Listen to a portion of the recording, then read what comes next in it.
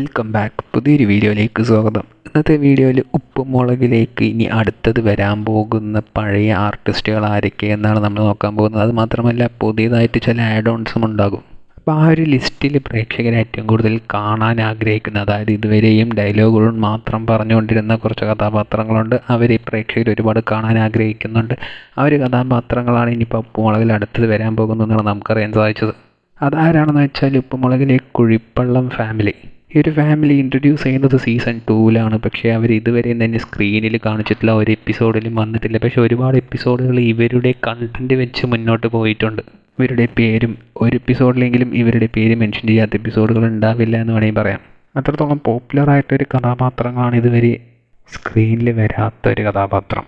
ഉപ്പുമുളകിൽ ബാലുവും നീലവും ഒന്നുമില്ലാത്ത ഈ ഒരു സാഹചര്യത്തിൽ അവരെ തിരിച്ചു കൊണ്ടുവരാനുള്ള ചാൻസസ് വളരെ കൂടുതലാണ്. ആ ഒരു കഥാപാത്രത്തിലോട്ട് ആരാണ് വരാൻ പോകുന്നതെന്ന് അറിയുവാനായിട്ടും പ്രേക്ഷകരെല്ലാവരും കാത്തിരിക്കുകയാണ്.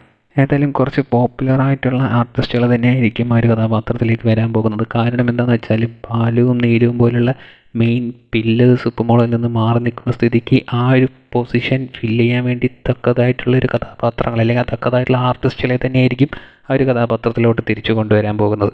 ഏതായാലും ഇനി ഉപ്പുമുളകിൽ വരാൻ പോകുന്ന ആഡ് ഓൺസിൽ ഇപ്പോൾ അലീന ഫ്രാൻസിസ് വന്ന പോലെ തന്നെ ഇനി വരാൻ പോകുന്ന ആഡ് ഓൺസിൽ ഏറ്റവും സ്പെഷ്യലായിട്ടുള്ളതും പ്രേക്ഷകരെ ആഗ്രഹിക്കുന്നതുമായിട്ടുള്ള കഥാപാത്രങ്ങൾ തന്നെയായിരിക്കും ഇവർ രണ്ടുപേരും. അവരുടെ എപ്പിസോഡുകൾ കാണാനായിട്ട് പ്രേക്ഷകർ അത്രത്തോളം കാത്തിരിക്കുന്നുണ്ട്. ചെറുതായിട്ട് അലീന ഫ്രാൻസിസിനെ ഒരു എപ്പിസോഡിൽ കൊണ്ടുവരുമ്പോഴേക്കും ഉപ്പുമുളകിൻ്റെ റേറ്റിംഗ് എങ്ങോട്ടോ പോയതെന്ന് നമുക്കറിയാം. ഉപ്പുമുളകും ട്രെൻഡിങ്ങിലോട്ട് വന്ന കുറേ കാലങ്ങൾക്ക് ശേഷം TRPയിലും വലിയ വ്യത്യാസം വന്നിട്ടുണ്ടായിരുന്നു.